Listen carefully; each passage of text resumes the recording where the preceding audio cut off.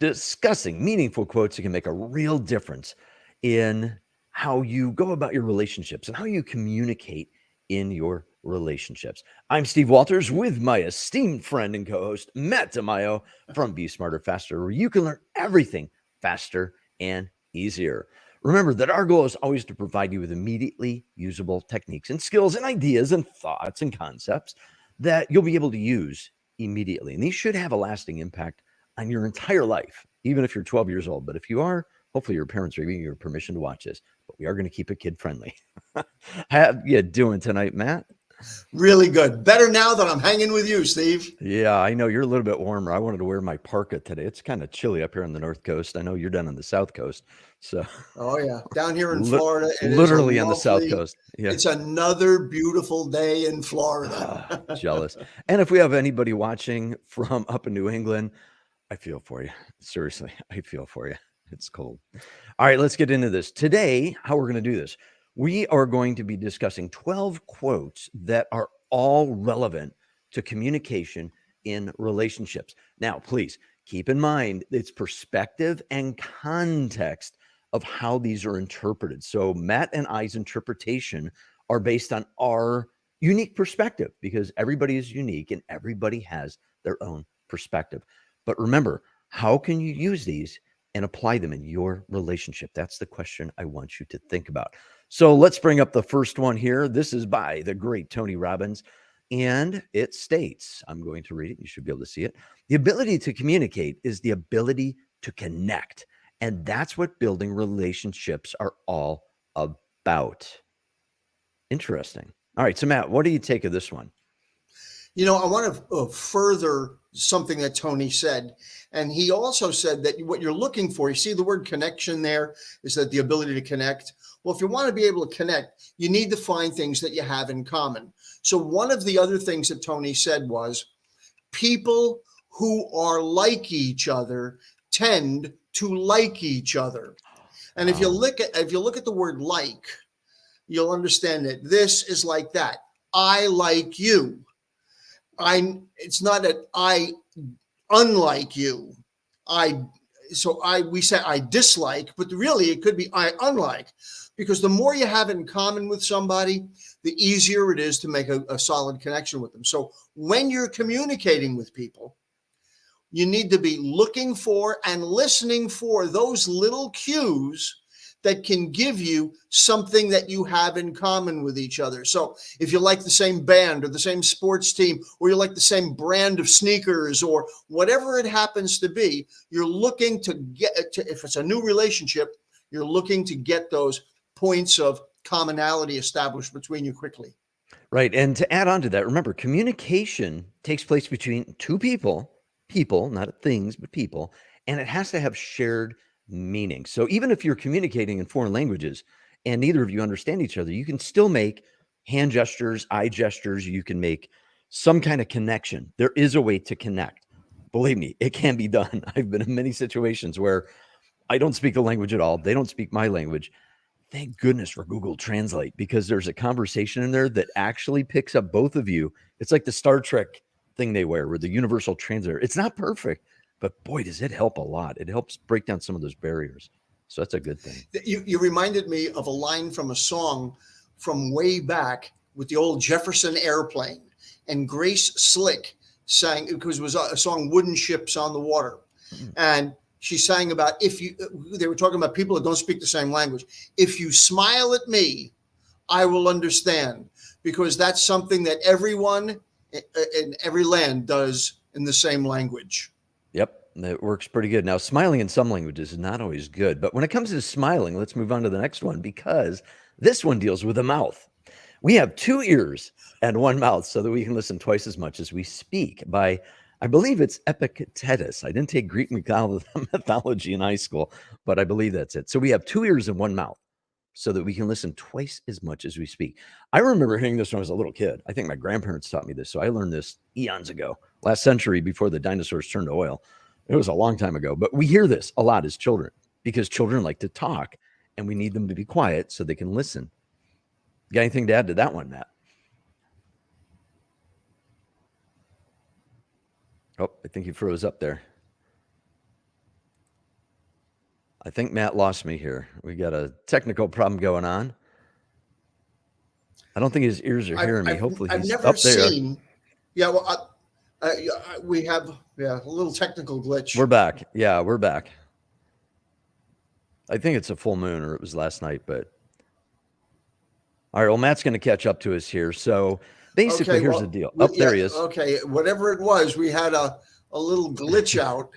Hey, nothing like live TV, live radio. Oh, wait, Matt's gone again. Oh, he's got to come back. I think we lost him on that end. All right, so hopefully he's going to come back in here real soon. Hey, these things happen. This is the fun. When I was in radio, I was working at a little radio station where we had 2 turntables. We had what was called a cart machine where we played our commercials, and we had a reel-to-reel that had all our commercials on it. And I come into work, and the guy before me, Frank, he goes, hey, the 1 turntable's out and the cart machines aren't working. You're going to have to do everything live. So the turntable was barely working. And when you're segueing, when you're doing albums, records, you got to get it down and you're talking, you're reading the commercial, trying to do it all at once and still sound somewhat in the flow. Wouldn't you know it, the other turntable died. Now, I'm not a great disc jockey on doing the scratchy thing, but I was like, but I just read the commercial and say, hey, if the engineer hears me, get here now. Guy showed up in his van and, well, let's just say we had to turn off the radio station for the day. It was not good. All right, Matt, we're going to keep moving on unless you have anything to add to this one real quick. I do. You know, okay, let's hear it. And first of all, I've never seen this quote have a credit to it before. I don't know who I've never seen it until I found it. Yeah, I don't know who this philosopher is, but I'm going to look them up. And you know, listening is one of the most important skills for communication. You need to at least listen twice as much as you talk. And I'll tell you this, especially with a couple, with a man and woman, when you are in a relationship, no marriage counselor ever heard this. My spouse listens to me too much. Wait a minute. No, you're right. And so listening is truly a master communication skill.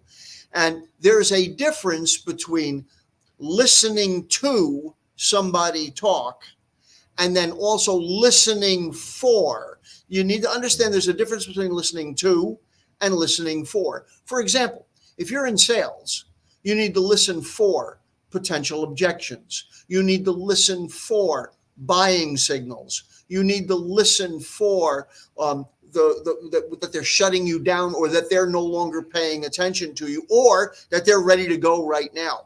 And the same is true in any sort of a relationship. So you need to be aware, and this is a seminar unto itself. As a matter of fact, this will be the topic for an entire online training that I'm doing called X-ray Hearing, about how to develop super powerful listening skills. But this is a major area of interest of mine, and we'll get into this, Steve, maybe in another conversation. I'd love to hear just the thought of that. Just brings so much imagery to my head. I mean, the words speak louder than words.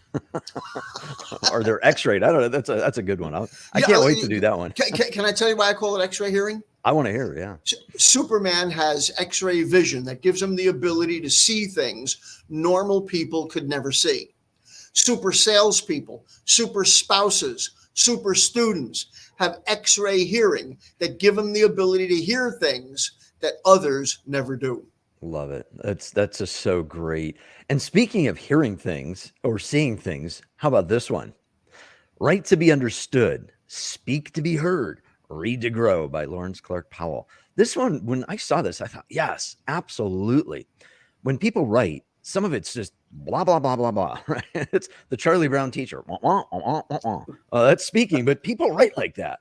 If you've ever read some academic papers like I have, some of them are, what are they saying? It absolutely is a mystery. It's because it's such, well, how do you say it? Hoity-toity talk that only PhD level people know it, or people with the high end of verbal, what do they call it? Verbal mental martial arts can understand it. But you definitely want to speak to be heard. Now, when we hear, remember, it's automatic that we hear, but when we listen, that's a conscious thought. And when we read, what you read, it should be to grow. Okay, it's not just reading the pill bottle and saying, this will help you grow muscles and brains and all that stuff. But we need to be very careful in a relationship when these three things happen, because you send a text to somebody. What's the context of that text? What is in the text? Some emojis between two people have certain meaning, but if you go outside of that relationship, let's say into the business world, because Matt, you got a big background on this one. So how do you see these three items in the business world? Well, first of all, to get back to your point about verbal martial arts, you're talking about jiu-jitsu or tongue, or this one, tung fu. Tung fu. We talked about this a few weeks ago, everybody. Matt had some good ones on this one.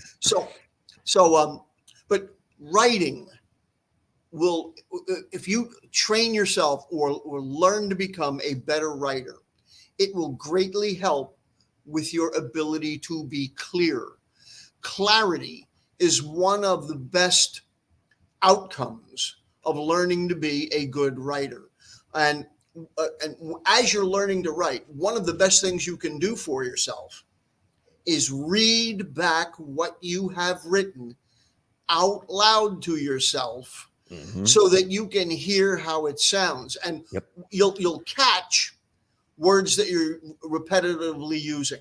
And for my students that are watching, Matt is saying exactly what I tell you. Read your work out loud. Matt, I've been saying this to over 1,200 plus students. Read your work out loud. You will catch the errors. And if you don't, it's because you weren't listening. Steve, that is, you couldn't give better advice than that to your students. That is absolutely right on. I was just giving that to my daughter, who's applying to get her MBA and applying to grad school, and she's got to go through all of this stuff. And then so she was asking me to critique some of her letters of recommendation and her thesis to be able to get into grad school and her application. And I said, listen, one of the best things you can do after you think you're done with your final edit on paper, read it out loud. Give yourself maybe an overnight to get away from it. Get it, because as you're writing it, there's too much in your head. There's too much in your head about it. Get it out of your head. Go and do other stuff, sleep on it, go back. And the first thing you do is read it out loud to yourself. And you will you'll ask yourself, what in the heck was I thinking when I wrote this? What too does much this coffee even and mean? not enough sleep and too many deadlines. Yeah, it's procrastination causes those problems too. So don't procrastinate. Right. So write to be understood. Absolutely. Great.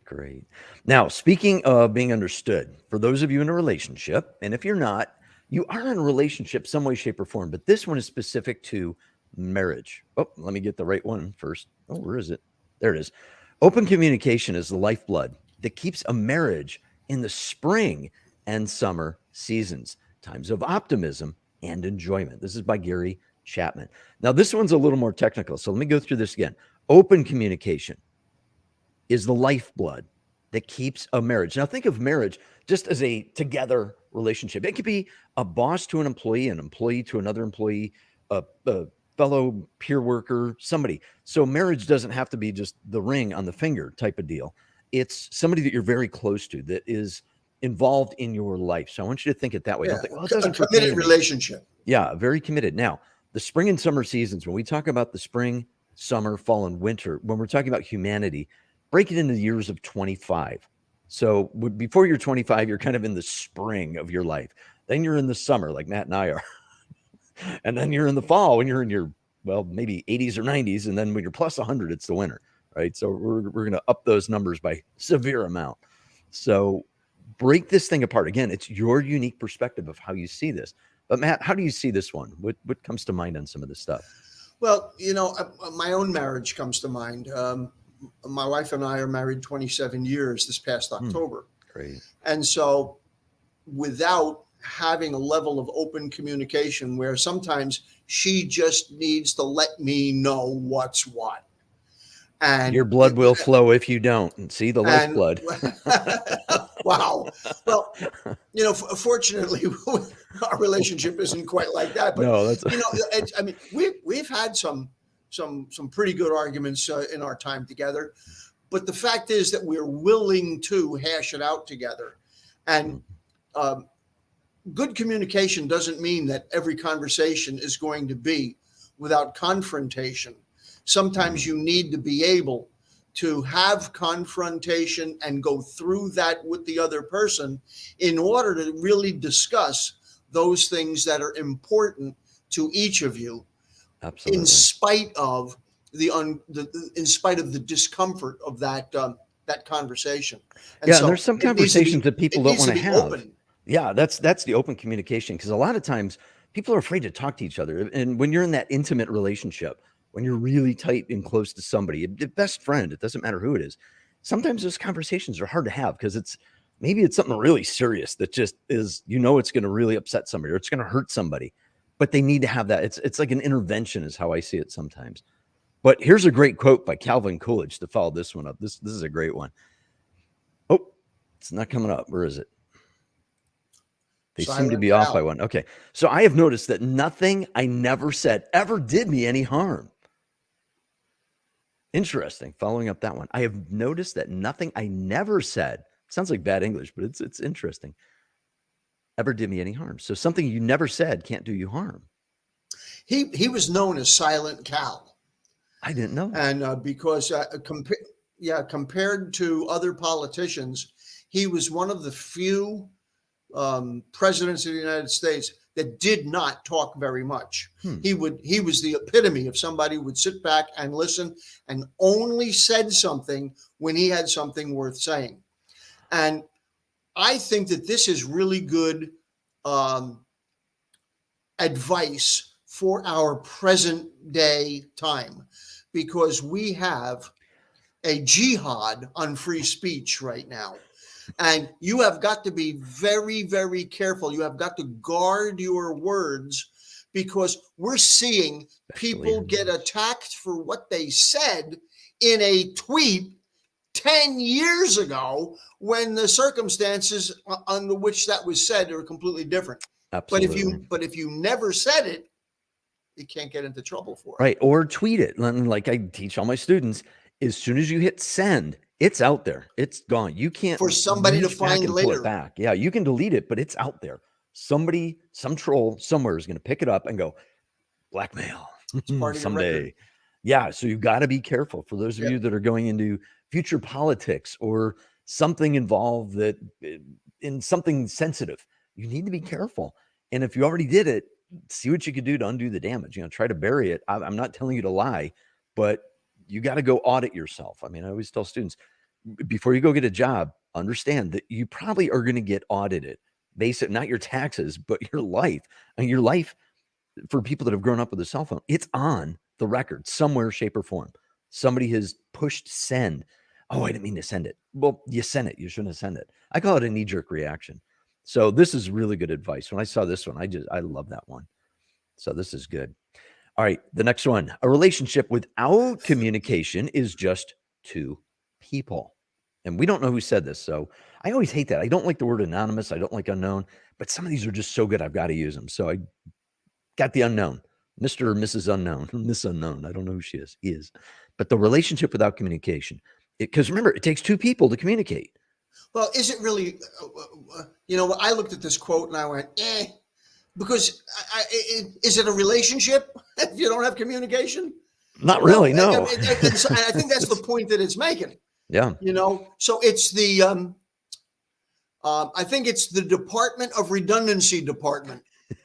Yeah. The Department of Redundancy. That's great. Oh, that's so good. That is good. All right, let's move on. That one's kind of pretty basic. Let's see, my clicker's very draggy today. What is going on here? All right, there it is. Yeah, my technical okay, so, here's the good one. Here it is. Conflict avoidance is not the hallmark of a good relationship. On the contrary, it is a symptom of serious problems and poor communication. This is by Harriet B. Braiker. So this one's intense. So we were talking about conflict avoidance before, and it is not the hallmark. In other words, it's not, when we talk about Hallmark, there used to be the Hallmark Channel and the Hallmark Wall of Fame and all that. That means it's really good stuff, because that's a word that's not really used these days. Hallmark gift cards. I mean, if you wanted to send a good message to somebody and communicate with them well in a relationship, you got them a Hallmark card because they were awesome. And they were maybe $1 back then. Now they're like Too 1995. expensive. Yeah, they're too expensive. Now just send a digital gift. It's great. So what do you think about this one? Pretty good? Well, here's the thing. If you want genuine peace, you need to be willing to deal with conflict when the conflict is still relatively small. Because I saw this great quote by Dr. Jordan Peterson, who said, conflict delayed is conflict multiplied. Ooh, And what happens is when there's something bothering you and that resentment grows, then that's exactly what's happening. That conflict is getting bigger. So best to deal with things when they are relatively small. And the natural tendency, the way most people try to keep the peace, is to sweep it under the rug. But eventually that pile under the rug becomes so big, you can't help but trip and fall over it. And it's going to create a huge mess in your life. Absolutely. So much better to deal with, and it says conflict avoidance is not the hallmark of a good relationship. No, it's not that you can't have conflict with somebody. The truth is, when you're really close with somebody and when you're discussing something that's truly important to the both of you, the chances are there is going to be some level of conflict that the two of you need to talk about it and to be able to each express your point of view on it, so that you don't have hidden resentments that'll later become landmines in your relationship. You know, it also reminds me of a cartoon. I believe it was Bugs Bunny and Daffy Duck way back when. And there was something about the anger, how Daffy Duck always gets anger and he's just blowing up. And you're supposed to count to 10 before you talk. So he goes, 1, 2, 3, 4, 10, 110. So I remember doing that as a little kid. I mean, it was a long time ago, but you should pause before responding. In other words, hold your tongue for a second, think about what you're going to say next, because during a heated moment, that next thing out of your mouth becomes real conflict, depending on what it is. If you attack back, it's bad. So you should always pause just a little bit. Doesn't have to be long. And some people, you didn't answer back quick enough. That means you don't care. So let the person know, hang on, I'm thinking, and then come up with a good one. And depending on the relationship, you never know, but you got to kind of play that one by ear. So, but that's a pretty strong one. How about this one? This one will stick to you a little bit. Trust is the glue of life. It is the most essential ingredient in effective communication. I think we have another technical glitch on my end. Okay, well, here, I'll start it over again so you can hear it. So trust is the glue of life. It is the most essential ingredient in effective communication. It's the foundational principle that holds all relationships. And this is by Stephen Covey. And by the way, if you have not got this book, now it says national one, that was a long time ago, but this book by Stephen Covey, I will put the link to this in the description. It'll be there as soon as the video allows me to do that. I will get this in there. This is a must-read book in life. If you're anybody who's got a brain, who wants to be in a relationship, whether it is with another person and or boss, peer worker, coworker, whatever you want, read this book because it will make a huge difference in your life. So Matt, what do you make of this one by Stephen Covey? I know you follow him too. Uh-oh, we got the technical. What's going on? Oh, we got sunspots maybe. Who knows? Give him a sec here. Go like this if you can see me, Matt. StreamYard has got gremlins in it tonight. It's glitchy tonight. Gremlins in the StreamYard tonight. Wow. All right, well, let's keep moving on here because we don't want to keep everybody all night long here. Let's see. Where are we at? We're going to go into this one here. Can you see that one, Matt? If you tell the truth, you don't have to remember anything. And this was by Mark Twain. Now, please remember, Mark Twain lived a long time ago and said this a long time ago. The context of this changes. Matt, try signing out and come back in. He'll come back in here soon. So anyhow, the truth. I think of politicians when I think of this one. I had a discussion online with somebody who was saying this is an incorrect quote. And well, to that person's perspective, yes, it is. Because in today's world, this can have implications. And depending on how you're coming at this. But politicians who lie and lie often, that's going to come back in here. Now, let's see if did that help, Matt? I think Are you there? Am I back? Yep. Okay. He answered he's back, so he must be back. Because it was because I had something to say about the one on trust, but I'll wrap okay. up Let me with back that. up. We can back up. Don't worry about that because that's the last thing I wanted to talk about. Okay. And yeah, Mark Twain. You can't really argue with any of Mark Twain quotes. Well, one of the greatest American thinkers of all time, great humorist, absolutely spot on with his observation of the human condition. Yeah, they didn't have the internet to mess up their minds. That's all they did was think. I mean, he steered a steamboat up and down the Mississippi. I remember I forget his real name, but this one, Samuel Matt, Clemens. Yeah, that was it, Samuel Clemens. But I had a discussion on the short video that this is part of that this is an incorrect statement. And I thought, how is this incorrect? And the person who I was conversation with through the comments, he was saying it doesn't work in today's world because of mental illnesses and all that, because some people just don't remember and age. I thought, oh, unique perspective. And again, like I said, all these quotes, take them as they are or take them from your own unique perspective, because everybody has a different way of seeing these. And Matt, as I was saying, I don't think you heard it, but politicians lie. They tell the truth, they lie, but we can't tell. The ones that lie, you could catch them because the story changes over time. The ones that tell the truth generally keep the same story over and over. And the story might always have the same things, and maybe the words change. But the liars are like, oh, I never said that. Well, that's not what I meant. Well, wait, what did you said? I don't remember saying that. Well, okay, that means it's probably a lie. That's how I see this. This is my unique perspective. Now, I attack politicians this way without naming them because I don't want to make real enemies, but they're easy. They're just easy to go after because they talk a lot, right? And so people who obfuscate are easy to attack back at verbally, nonviolent. Always be nonviolent with them. You don't like them, vote them out of office, fire them that way. So, all right, let's move on to the next one, because the next one can kill communication real quick. And this one is by Rick Steves. Self-consciousness kills communication. Pretty interesting one. Matt, what do you got on this? Imagine that you're giving a speech, and in the middle of that speech, suddenly you become very self-conscious, and you're aware of what you're wearing, and you're concerned about what your hair looks like, or how your makeup is, or the way the audience is reacting to you. That'll stop you from even being able to remember what you're supposed to say. And so when you go inwards, when you go too far inwards, that level of self-consciousness will really stop you. And you take a look and see what parents and teachers are doing to little kids. How are you feeling? How do you feel about that? They're forcing the kids to constantly go inwards and inwards and inwards. They're making them very self-conscious. It's a terrible thing. Yeah. And so you've got to be very, very careful with that. So self-consciousness.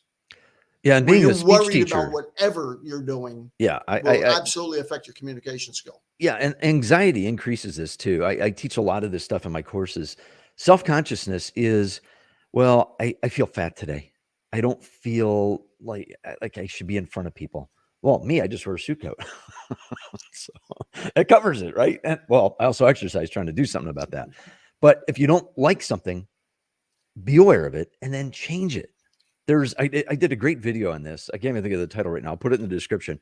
But it really digs into this stuff. Is once you become self-aware of some of these things, you can then go, oh, that's what it is. I mean, young ladies that have long hair, usually guys with long hair don't do it, but some gals will play with their hair. It's a sign of nervousness. Well, they become self-conscious and they keep doing it over and over and over again.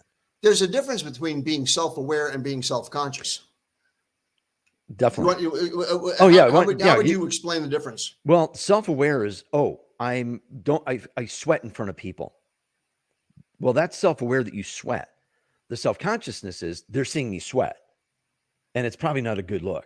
Well, the old commercial says never let them see a sweat. So you wear clothes to disguise it. I mean, if your armpits sweat when you're speaking, wear clothes that don't show it, or wear a cover over it, which of course makes you hotter, but you can beat your self-consciousness of that. Now, like Matt was saying, if you go too deep into yourself, you will literally kill your communication. You will not be able to talk to people. Yeah, it's almost a fear. And some people do it on what do they purpose. call it? Paralysis by analysis. Paralysis through overanalysis. And it's a form of procrastination, actually. It's, again, don't be afraid to become self-aware, but the self-consciousness. And there's other things. If your breath is bad in sales, we used to carry the cert. Was it the certs? I forget the name. It was certs, my grandfather. Tic Tacs. No, it was cert. Well, way back in the day before Tic Tacs were invented. I was thinking it was Right, certs. certs My grandfather. My grandfather told me always carry a roll of certs with you, because when I was in sales, I was face to face, and you're right there, and they could smell everything. And if you had pierogies with onions that day, they knew it. So living around Slavic Village and working there, it was always pierogies and onions. So, and then the garlic hit, and it was like, woo. So my breath's not too bad now, is it? It's like, oh, I'm becoming very self-conscious all of a sudden. No. All right, let's get into the next one. This is a fun one. Wise men speak because they have something to say. Fools, because they have to say something. Plato said this, the famous philosopher. Does this ring a bell? You've got to read that. For our viewers out there, when you're looking at this, you've got to read it by putting the emphasis on the correct words. You have something to say versus you have to say something. The truth is, we talked about this regarding Silent Cal earlier. If you don't really have something to contribute to the conversation, if you don't have a new idea or a valid point, better to sit and listen. What do they say? Better to be quiet and be thought a fool than to talk and be proven to be one. I haven't heard that in, I think, since I was teaching Dale Carnegie way back when, before a lot of people were born. Better to be silent and thought a fool than to speak up and to be proven to be one. Yeah, I think it's been 40 years since I've heard that, maybe 45 or so. It's been a long time. But yeah, that one, it hits home. I mean, that's why, when you hear a quote, sometimes it's just, if you see a quote that you like, right here, oh my gosh, on my desk, this book, I'll leave a link in this. This book has so many quotes. You can see all my markers. I've had this thing for a long time. I mean, this is, when was this? 90, maybe 80s? When was this thing printed? It's sold, the pages won't move. It's like, but this book, it's still out there. It's still in publish. It was in, 90, it was just 91. So it's not that old. I thought it was older. But this has got some incredible wisdom and quotes in it. And some of these can really make your day. Back in our day, before the internet, before you had digital in your phone and photographs, we used to run to the Xerox machine, even though it might have been a Toshiba or IBM, but we would make copies of cartoons that were in the paper, and you would pin them on your bulletin board. And people would hang out in different people's cubicles and read all their stuff. And say, can I have a copy of that? Sure, here. And you run it to the copier and bring it back. You can tell the popular ones because all the pinholes in them. So what I used to do, if I gave mine out, I always made sure the pinhole went right back in it, or you'd end up losing that part of it. So these things definitely work out. All right. So Matt, what else do you got? You got any others? That I think you mentioned you had one before. I do have one to wrap up with. And, I think that you were talking about, did you address the 3 C's of communication? No, don't give away our bonus yet. But hey, speaking of bonus, let's make sure we do this because before. mine was I was going to dovetail on that one. Yeah, let's do this. Before we get into that, if you can, please give us a thumbs up on all of our channels that you're watching. I know we're on 3 different places for me, and Matt Scott is. Give us a thumbs up to show us that we're throwing some value out there for you. It's just a little thing, and it really it helps out, and it tells YouTube that, hey, they're worth watching. So please do that. Yeah, also, interact with the channel. With us. Yeah, it's a relationship. Communicate. Yeah. Communicate with a thumbs up. It's not that hard. On a phone, just click this. On a computer, click that. And also make sure to subscribe to if you can. So that definitely shows us some support. It's kind of like standing ovation. Thank you. And we'll keep performing. So we'll be good at that. All right. So after Matt tells us about this one, we're going to give you one of the bonus ones that we'll wrap up with. And Matt, what's yours that you got? Well, for good communication, there are really 4 C's. So the first C is clarity. Be clear in what it is that you're looking to express. Leave very little room to be misunderstood. Clarity will prevent a lot of problems. By the way, that is why texting is one of the world's worst ways to communicate things that are important. Texting is great if you want to answer yes, no, I'll be there, yes, I got it. But if you're trying to have a conversation by text, you are missing all of the context. So be careful about texting. So clarity. Texting does not have much clarity to it. No. Especially in typos. The second C is congruency. You need to be congruent. Things have got to line up. So if you're talking about a particular philosophy or a particular point of view you've got, your actions need to line up with your words. You need to walk the talk. You need to be congruent with what you're talking about. Otherwise, people won't treat you seriously. You know, what you do speaks so loudly that I can't hear what you're saying. So you've got to be careful. Actions speak louder than words. Yes, absolutely they do. The third C is consistency. If you're saying one thing today and another thing tomorrow and something else the day after that, there is no consistency to your message. And so you need to have not only your message be congruent where you walk the talk, but you also need to have the same reference point, the same point of view, the same moral stance or the same philosophical stance to be consistent. And then the last one is credibility. You have to use words, use expressions, and use language that allows you to be believable. Something that's incredible or unbelievable may be just that. It's unbelievable. They don't believe you. And so you've got to be careful with the hyperbole that you use. Be accurate, and so that it lends to a level of credibility. If rather than using generalizations, use specifics. So when you have clarity, congruency, consistency, and credibility, then you've got trust-inspired communication. That's really awesome. Now, speaking of communication, there are 3 C's of a healthy relationship. Communication, obviously, is number 1. Compromise, number 2. And commitment is number 3. Really good stuff. All right, speaking of the 3 C's, the 4 C's, and the other 11 great quotes we gave you, have a great time and make sure that you watch the video on your screen next, because that is the one. I'm going to go up here more on this one, is that YouTube thinks that you'll get the most value out of next. Matt, thanks a lot, and happy birthday to my beautiful wife, Tatiana. Take care and have a great night. Bye. Bye for now.